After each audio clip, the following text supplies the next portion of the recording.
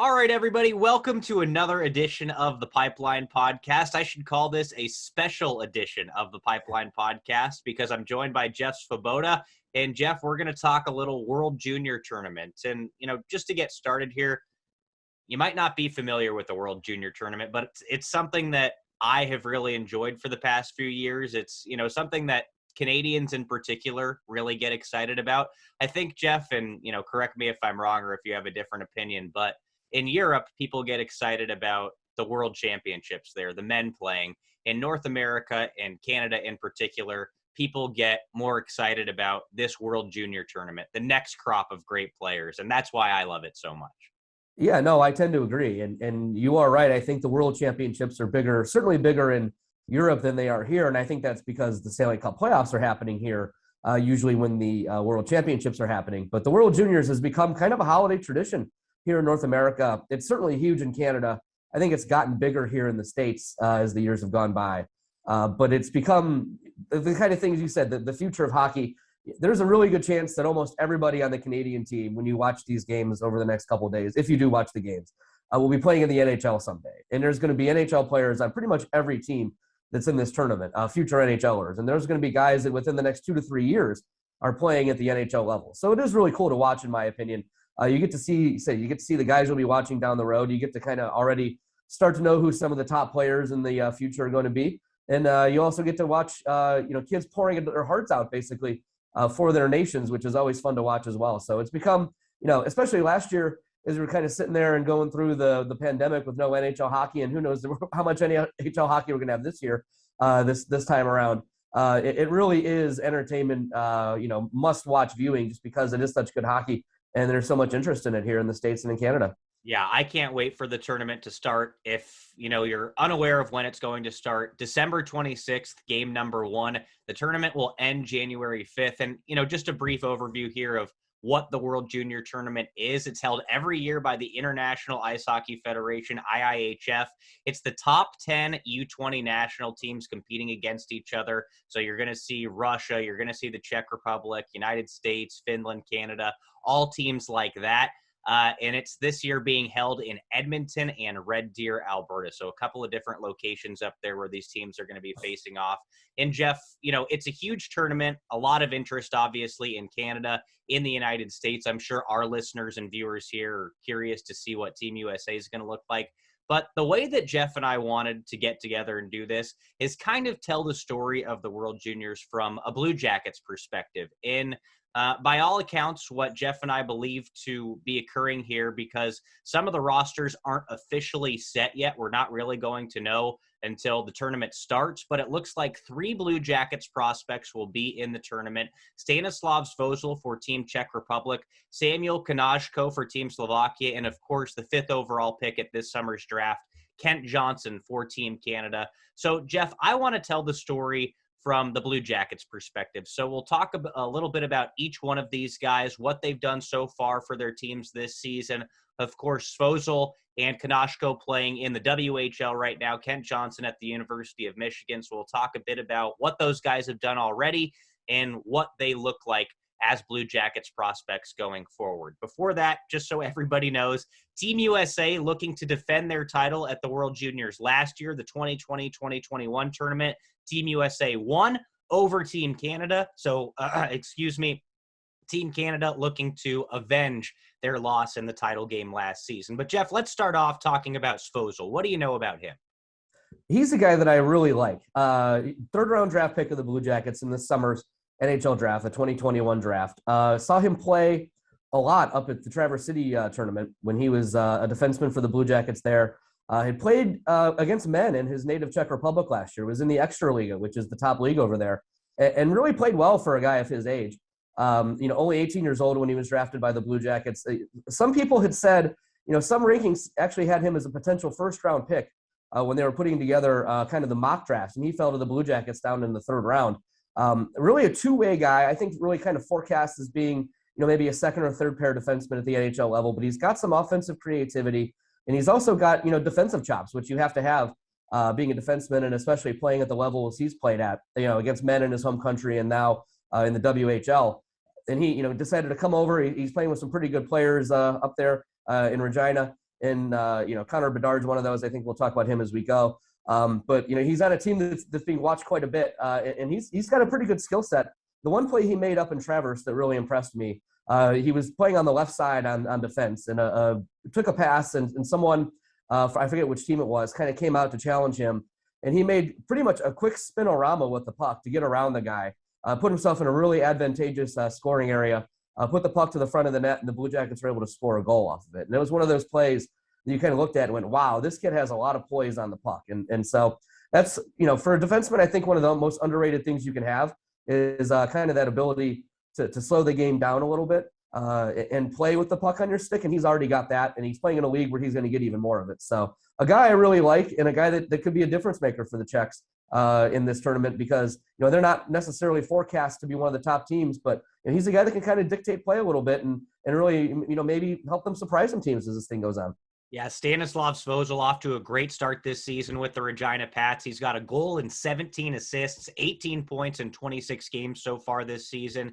And he's actually in top 10 among defensemen scoring there in the WHL so far this season. Really impressive as a first-year player in that league. Like Jeff said, third-round pick by the Blue Jackets this past summer, 69th overall. Was at Blue Jackets training camp, was in that prospect tournament, and he did play in the World Junior Tournament representing the Czech Republic last year. So a guy who's in the tournament for his second time, a little bit more experience. I'll be really interested to see what he does this go round in the tournament. And, I didn't say this earlier, but again, this is a U20 tournament, so it's mostly guys that have been drafted already or have been draft eligible already, but we will get to some guys a little bit later on that are in the younger crop that will be draft eligible this year and then next season. Some of those really top prospects that we're excited to see. But this is a little bit older of a tournament, so teams already have prospects playing in this tournament.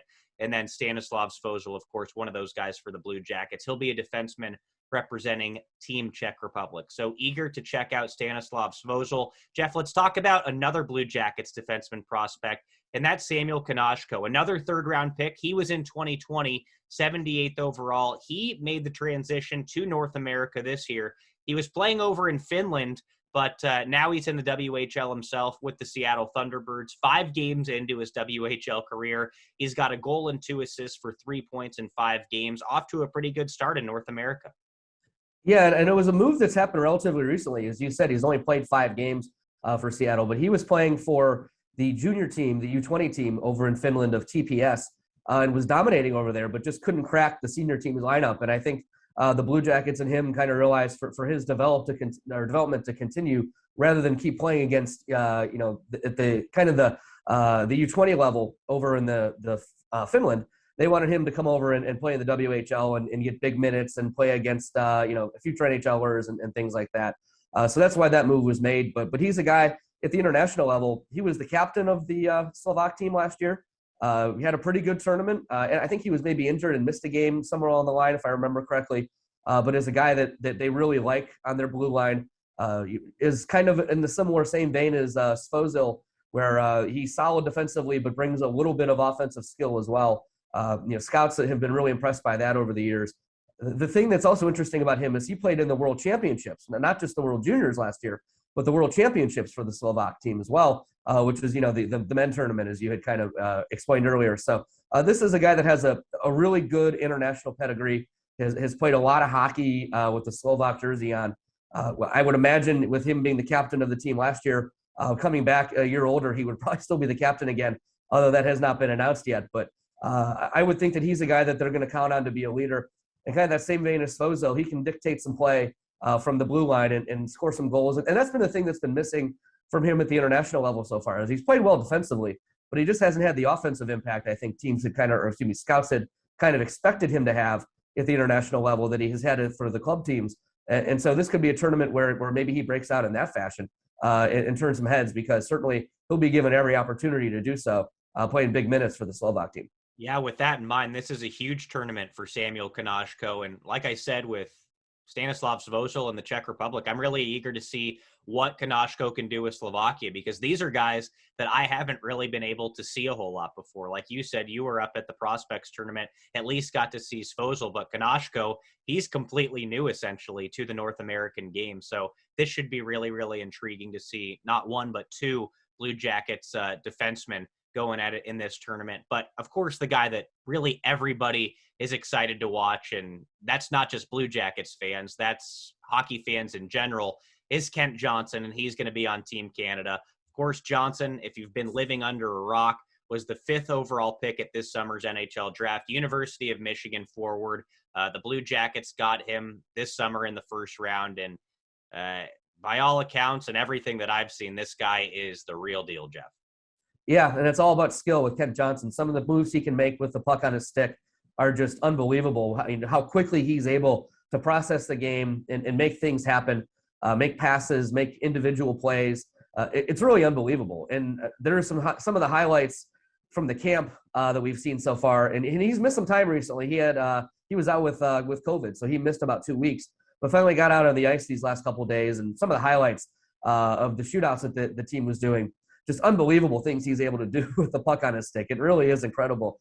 And so he's counted on, as he said, not just Blue Jackets fans are excited to watch him. The entire nation of Canada is excited to watch him. He's a British Columbia guy who ended up playing college hockey, as you mentioned, playing at the University of Michigan. Earlier this year was one of the leading scorers in all of college hockey, with kind of having to miss some games, has been passed by a couple guys. But he can put up points with the best of them at any level. And so he's going to be counted on in a top 6 role as a winger. There's talk that he'll be a center eventually in Columbus, but he's going to play the wing again in this tournament. And it's just pure skill. And they're going to count on him to score, a lot. Not just, to be a goal a game guy perhaps, or a point a game guy, especially as this tournament goes on and they get into the big games. They are absolutely expecting big things out of Kent Johnson. And if you're a Blue Jackets fan who hasn't had a chance to see him play yet, or have only seen the highlights on Twitter, he's a guy you're going to want to watch. That's just the truth about it, because the things he can do are really incredible. And he's the guy that when Michigan season is over, there's a good chance he'll make his NHL debut with the Blue Jackets, and maybe next year be a full-time NHL player. So when we talk about this being the future NHLers and this being the future of the game, Kent Johnson's right at the front of that, because as a guy that was drafted so early and the guy that's producing the way he's produced everywhere he's been, he's going to be a Blue Jacket sooner than later. So you can kind of get in on the ground floor and watch what he brings to the table here at this tournament. Yeah, I am so excited to see Kent Johnson in this tournament. I've watched him a lot this season at the University of Michigan already. He's got 4 goals, 19 assists for 23 points in 17 games so far this year. Like Jeff said, he was actually the top scorer in the nation for a bit, but he's missed some time being out, so he's not up there anymore. But, he's still up there in the grand scheme of things when it comes to scoring in the country this year. But it's all about skill, like you said, and I am so eager to watch him. I'm probably more excited to watch Kent Johnson in this tournament than I ever have been to watch a Blue Jackets prospect. Last year, I was excited to see Igor Chinakhov, but he dealt with some injury. But Johnson is going to get power play time. Like you said, all reports out of Team Canada's camp right now are that Kent Johnson is opening eyes and dropping jaws. And that's not the coaching staff. That's not just the scouts. That's the players on that team, guys that are going to be top prospects. Maybe the number 1 overall pick in this year's draft, Shane Wright, has come out and said that Kent Johnson is doing things that he couldn't even imagine doing. That's the type of stuff that Kent Johnson's pulling out in Team Canada's camp right now. And, Trevor Zegras is a hot name in the National Hockey League right now for good reason. He combined with Sonny Milano for probably the goal of the year. But everything that I've read and everything that I've seen, people are comparing Kent Johnson to Trevor Zegras. If anybody in this tournament can do the things that Trevor Zegras can do, it's Kent Johnson. And if anybody can have the impact that Trevor Zegras had on the tournament last year, it's going to be Kent Johnson. Trevor Zegras was the guy in the tournament last year, led the tournament in scoring, led Team USA to a gold medal last season with his creativity, with his ability to put the puck in the back of the net. And people are saying that if Team Canada wants to get back on that podium, back with that gold medal around their neck, that a guy like Kent Johnson is going to have that sort of impact that Trevor Zegras had last season. Yeah, for sure. And Zegras, I believe, set the American scoring record in the tournament a year ago. I think he was it 18 points in 7 games or something like that? So like I said, when I say talking about, Kent Johnson maybe being a goal a game guy, that's kind of the measuring stick is Trevor Zegras a year ago with 18 points in 7 games. Maybe Kent Johnson can have that kind of impact and certainly has the skill to do it.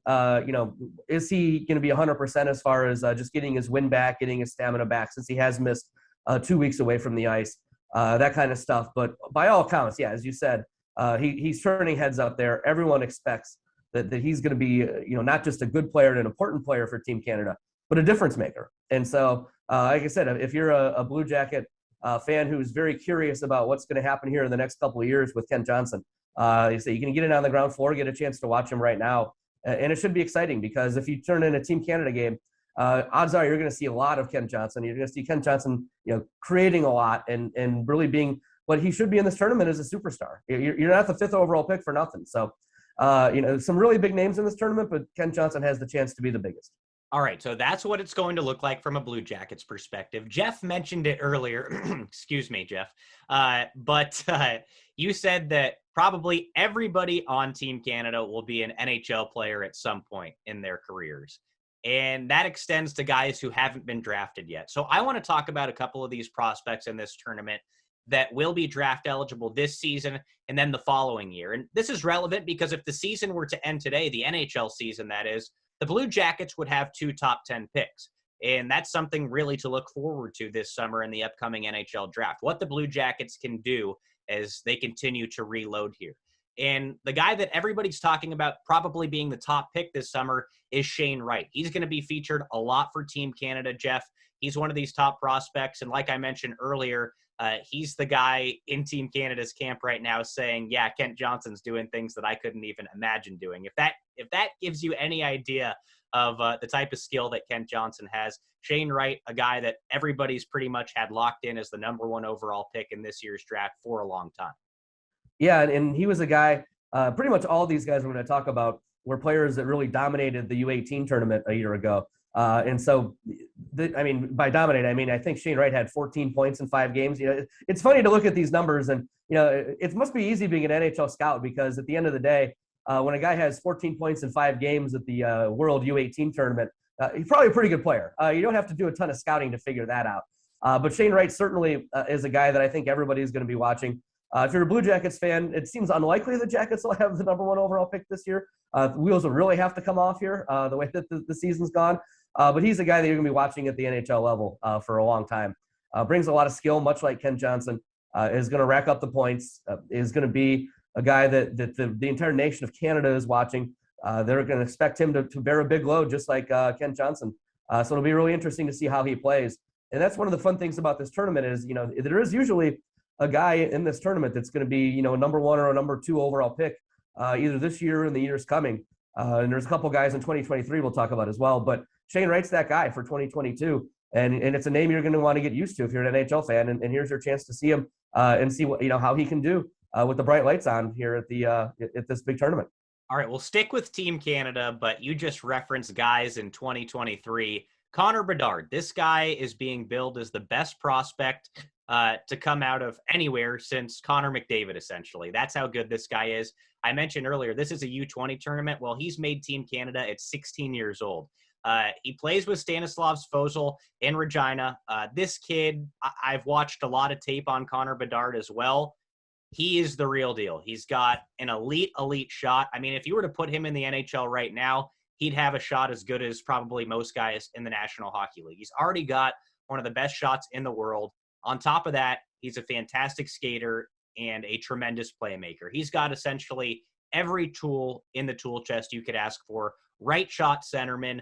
I am really excited to see what he can do in the tournament. And right now, Team Canada's got him on the same power play as Kent Johnson, so that could be a lot of skill together. Yeah, you're gonna see some pretty good hockey out of these guys if you're watching Team Canada as this tournament goes on. But yeah, certainly. You've probably watched him more than I have. I know kind of his bona fides. Maybe you just need to be named Connor and if you're a Canadian kid and you have a good chance to be one of the best players in the world, as you said, kind of comparing him to Connor McDavid. But he's another guy that at the U18 tournament was pretty much unstoppable.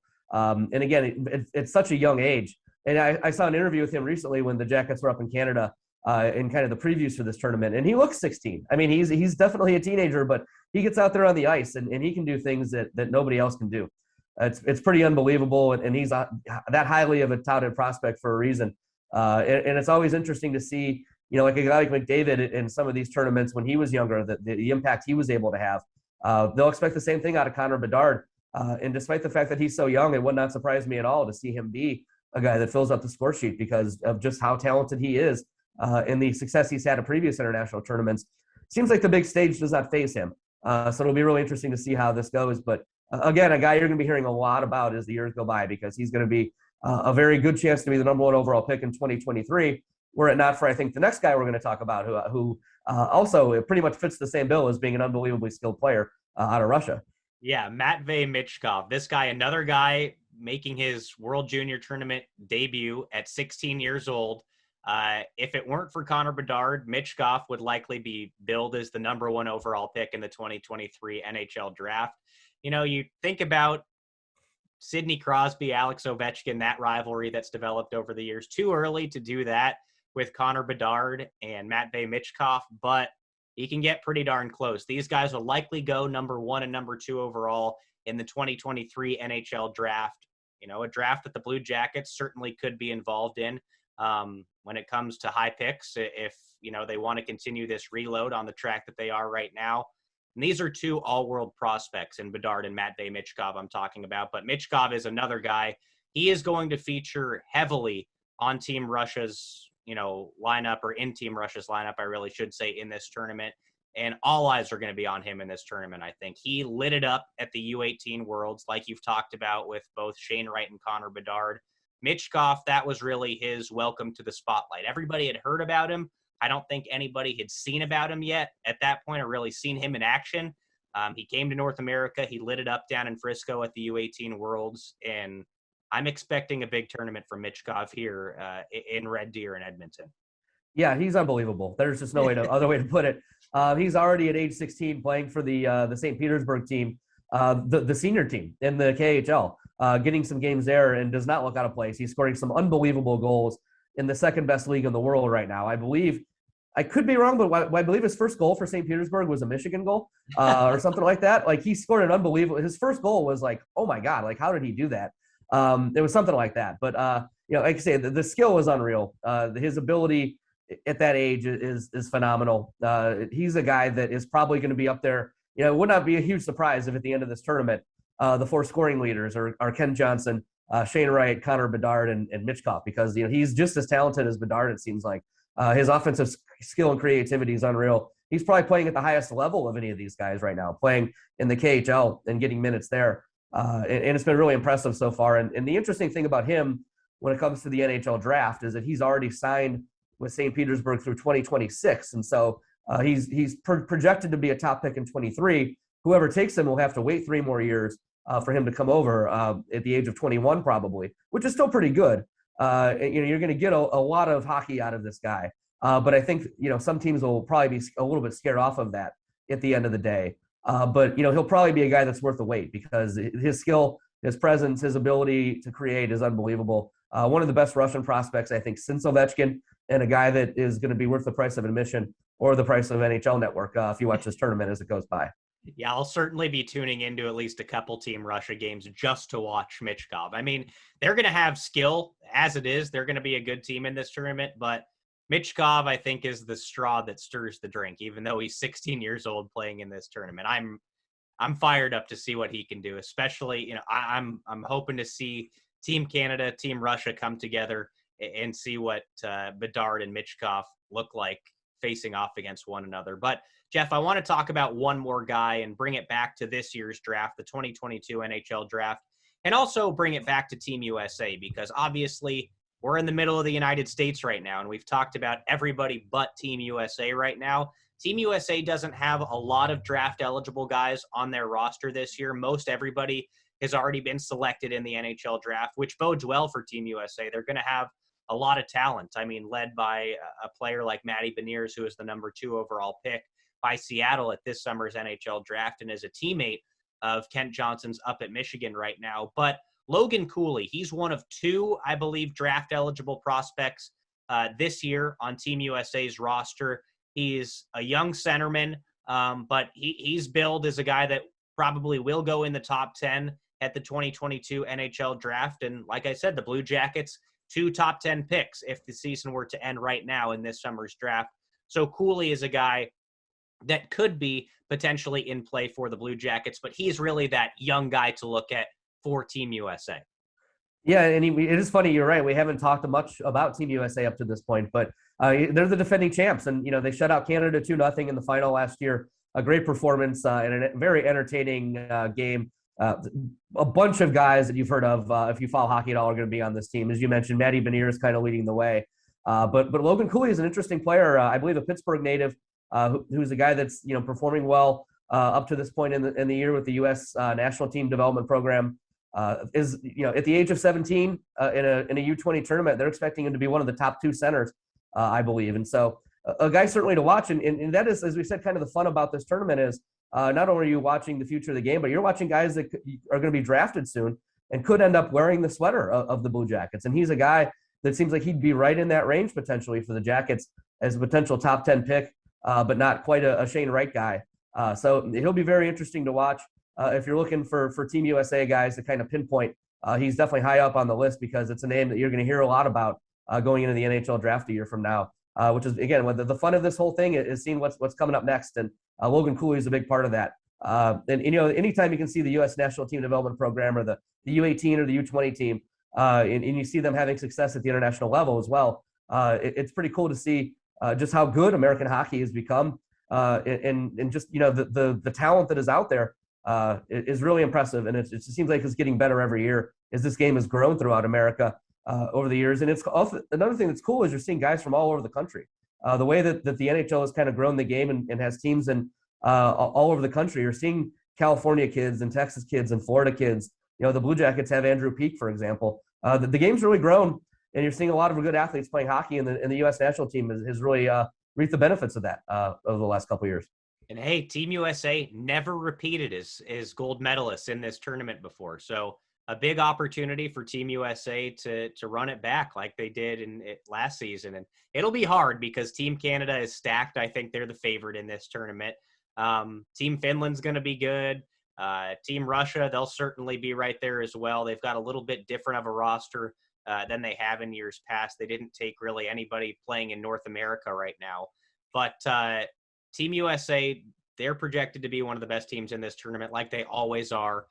They're going to need their big players to be their big players. Jake Sanderson, who was a top 5 pick a couple years back, a solid defenseman. They're going to have Luke Hughes, obviously, who's another one of Kent Johnson's teammates at Michigan. He was the 4th overall pick this year. They've got some horses on that blue line, and then they've got some good forwards up front, but Logan Cooley, I brought him up for a reason because I want Blue Jackets fans to know who that is. Because, again, season ended today. Blue Jackets would have 2 top 10 picks. Logan Cooley, he's a centerman. You always want to draft centerman. And right now, he's projected to go in the top 10. And he's one of those young guys on Team USA that's really, really somebody to watch. So I'm eager to see what Team USA does in this tournament. I will certainly be tuning in, Jeff. I know you will be too. That's all I got for you, man. Thanks for joining me. I appreciate it. Absolutely. It should be a really fun tournament. I enjoyed watching it last year, the way the Team USA played and seeing some of the future stars of the game and future Blue Jacket stars was pretty cool, and it should be the same this year. All right, everybody, that will do it for this week's edition of the Pipeline Podcast. Jeff Svoboda and I really, really appreciate it. And we will talk to you next time, all right?